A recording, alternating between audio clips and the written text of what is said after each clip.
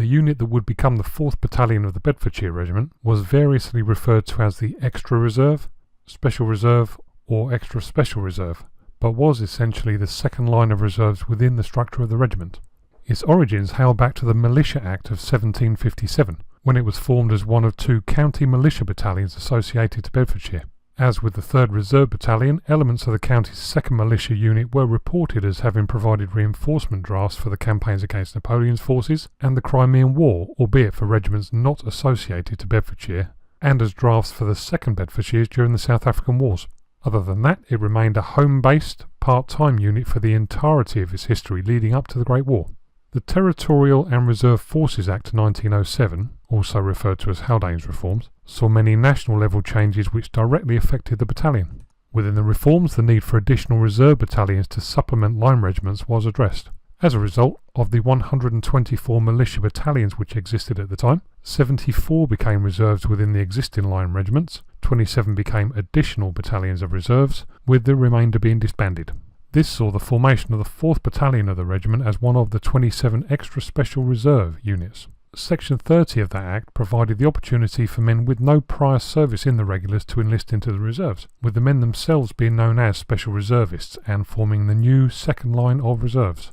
Those with prior service in the reserves were generally referred to as reservist or regular reservists, and in the case of the Bedfordshire Regiment would be a part of the 3rd Reserve Battalion.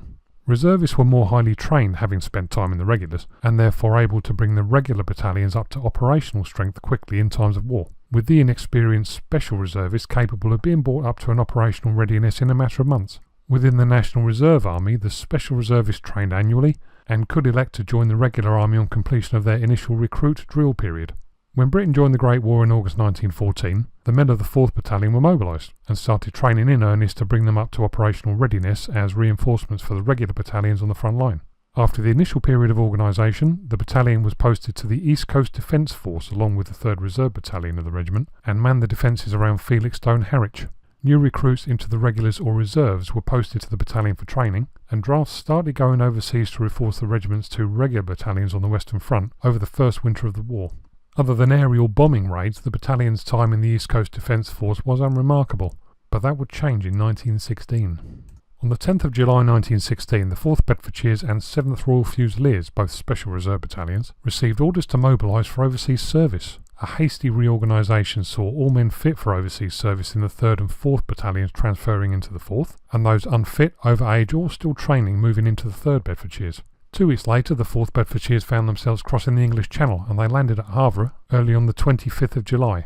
On arrival in France, they were formed into the 190th Infantry Brigade, along with 2 battalions already serving in France, and this new brigade joined the Royal Naval Division, which had just been redesignated as the 63rd Royal Naval Division. The 190th Infantry Brigade was comprised the 4th Bedfordshires, the 7th Royal Fusiliers, the 10th Battalion of the Royal Dublin Fusiliers until June 1917, the 1st Battalion of the Honourable Artillery Company until June 1917, and the 1st 28th Battalion of the London Regiment, also known as the Artist Rifles, who joined in June 1917, replacing the Honourable Artillery Company.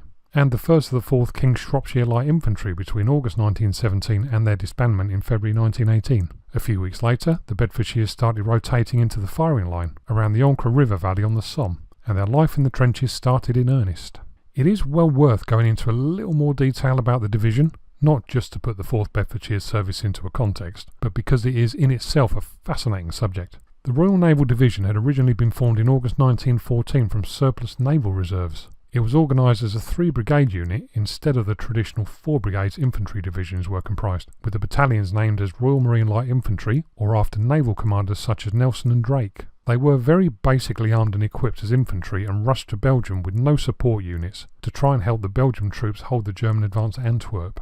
Although they put up a determined effort, they took heavy losses and had to be rebuilt in England. Next, they were involved in the Gallipoli campaign, where they took further very heavy losses and gained a reputation as a hard-fighting unit. After evacuation from Gallipoli, the Western Front beckoned, along with an unwelcome change. The Royal Naval Division was reorganised in the early summer of 1916, so that its structure was in keeping with the traditional infantry division structure of 4 brigades, the 190th Infantry Brigade being added to its complement. It also saw a numerical identity assigned, thus becoming the 63rd Infantry Division, although the command title Royal Naval was kept, making it the 63rd Royal Naval Division. The division's existing battalions also held on to their naval titles, remaining the Royal Marine Light Infantry, Nelson Battalion, Hood Battalion, Drake Battalion, etc. Although they were designated as infantry during the reorganisation, the existing naval-based units continued to use their naval ranks and ratings, such as sub-lieutenant, naval seaman, etc. Although the newly arrived landlubbers of the 190th Brigade used their traditional infantry ranks, such as lieutenant, private, etc. The division had already forged a reputation as a hard-fighting and fiercely proud, if somewhat belligerent unit, so the 4th Bedfordshires found themselves in highly experienced and motivated company. Although spared from the main offensive actions of the Somme over the summer of 1916 while the division rebuilt and settled into its new structure, their new divisional commanding officer, Cameron Shute, arrived and disliked the nautical and unconventional traditions the division insisted on maintaining. From his arrival in October 1916, he instigated several extremely unpopular attempts to stamp them out. All of them failed, and as a result, an intense dislike between the division and their commander developed. After one especially critical inspection from General Shute, Sub-Lieutenant, note the nautical rank, Alan Patrick Herbert, who would go on to become a famous humorist after the war, penned this poem. It summed up the feelings of the division so well that it was reputedly sung on the line of march, presumably to antagonise their commander. The general inspecting the trenches exclaimed with a horrified shout, "I refuse to command a division which leaves its excreta about," and certain responsible critics made haste to reply to his words, observing that his staff advisers consisted entirely of turds. But nobody took any notice, no one was prepared to refute that the presence of shit was congenial compared with the presence of Shute, for shit may be shot at odd corners, and paper supplied there to suit, but a shit would be shot without mourners if somebody shot that shit Shute.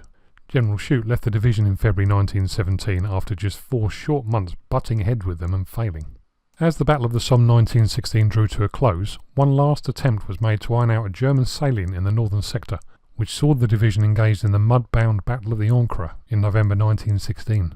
On the 13th of November, the division were amongst those who assaulted strongly held German positions, with the 190th Brigade in support of the assaulting 188th and 189th Brigades. Strong points had been left intact by the front waves, and the Bedfordshires and battalions around them suffered heavily from machine gun and artillery fire as they mopped them up, eventually advancing to their objective on Station Road in Beaucourt. In their first taste of battle as a battalion, 200 officers and men of the 4th Bedfordshires became casualties, and over 360 of the Royal Fusiliers were lost. As a whole, the 63rd Division lost around 3,500 men, the largest divisional losses of the battle, and today their presence is marked by the Royal Naval Division Memorial at Beaucourt-sur-l'Ancre. They continued with localised offensive operations on the Ancre around Miramont over the winter, pushing the German line back section by section and taking losses pretty much every day. On the 11th of February, a minor operation by the Bedfordshires was held up by a previously unseen line of wire, and attempts to cut through it in the daylight resulted in around 70 casualties, the battalion reaching their objective the following day. The 4th Bedfordshires took over 200 casualties between the 6th and 16th of February, with the subsequent operations between the 21st and 26th of February resulting in the much lighter losses of around a dozen.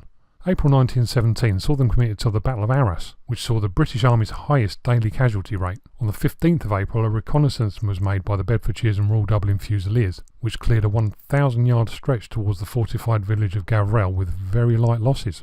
They occupied the Oppy line but were shelled so heavily by British guns firing short that they had to retire.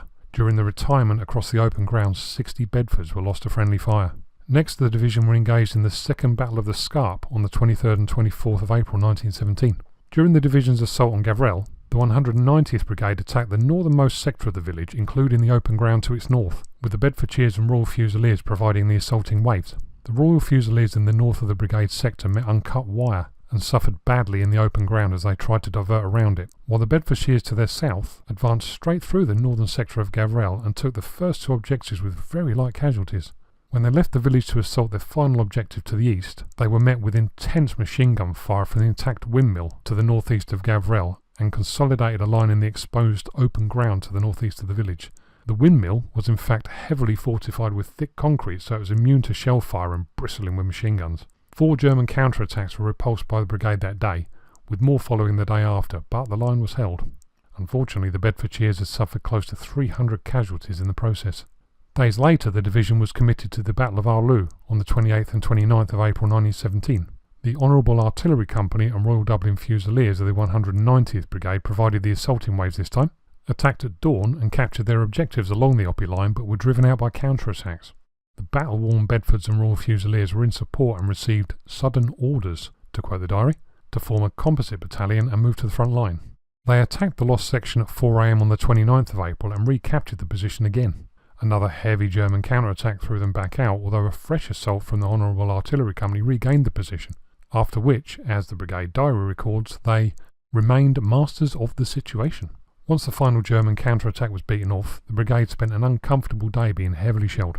Later that year, the division were committed to the Third Battle of Ypres, specifically within the Second Battle of Passchendaele. On the 30th of October 1917, the 190th Brigade attacked around 3 kilometres northwest of Passchendaele, but were stopped in their tracks after an advance of 200 to 300 yards by the Paddebeek, a drainage channel which had long since turned into an impassable swamp.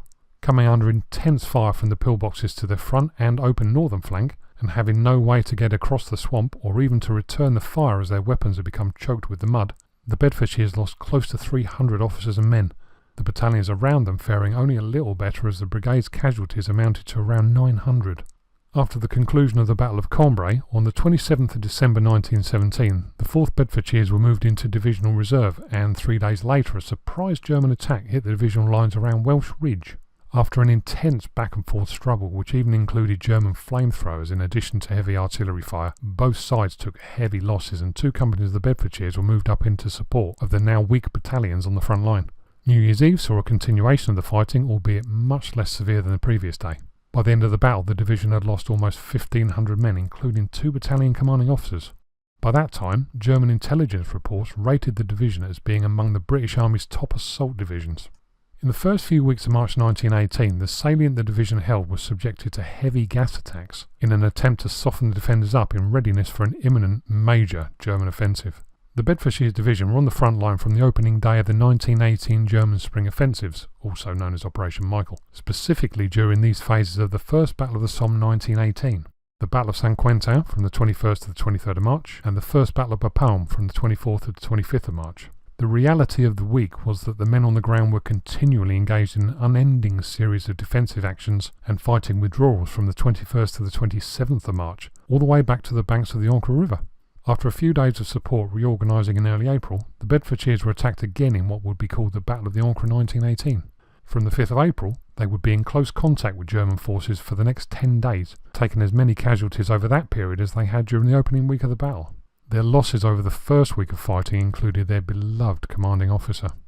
John Stanhope Collings Wells had been a pre-war officer and fought with the 2nd Bedfordshires on the Western Front in 1914, being wounded in January 1915 and sent home to recover.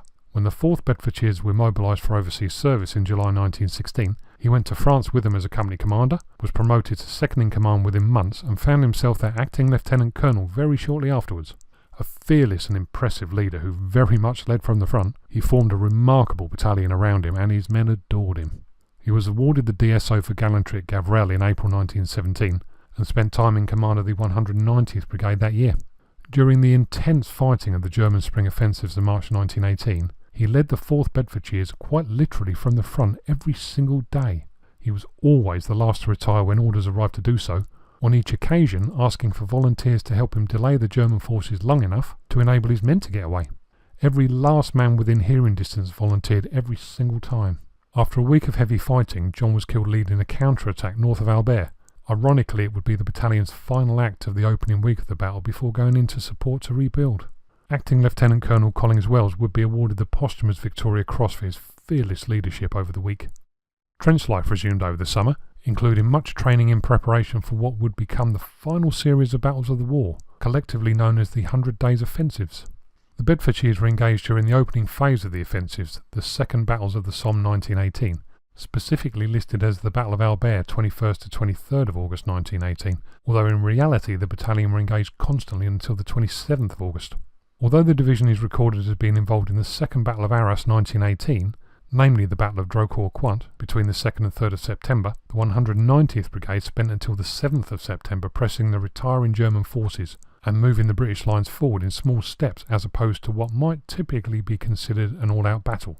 On the 8th of September, the division was relieved and moved into reserve to train for the next stage of the offensives, the Bedfordshires returning to the front line and their assembly positions the day before their next battle. Then followed two phases of the Battle of the Hindenburg Line 1918.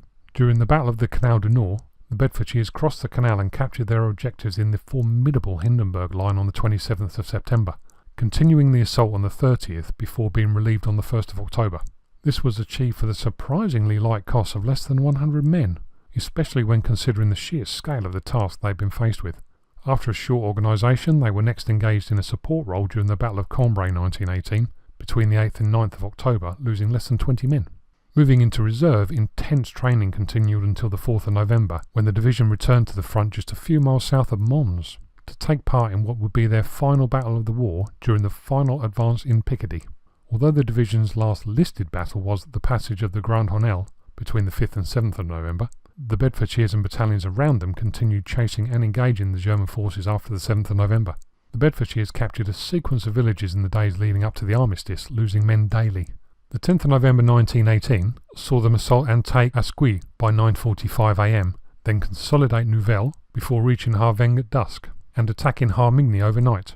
By 1 am on the 11th of November, the 4th Bedfordshires had captured Harmigny, and by daybreak the entire line was consolidated. With the 188th and 189th Brigades continuing the advance, the 190th Brigade held station and received orders at 9:15 am, stating that hostilities were to cease at 11 am. After the armistice, the battalion remained in the area and was gradually wound down until being demobilised and reformed in England as a reserve unit in the early spring of 1919. In spite of their relatively short service, almost 900 officers and men were killed serving in the 4th Bedfordshires. After the war, a sequence of further reforms saw the Territorial Army and Militia Act of 1921 return the Special Reserve to their old title as militia, then as Supplementary Reserve from 1924, which effectively placed the units in suspended animation until they were eventually disbanded completely in 1953.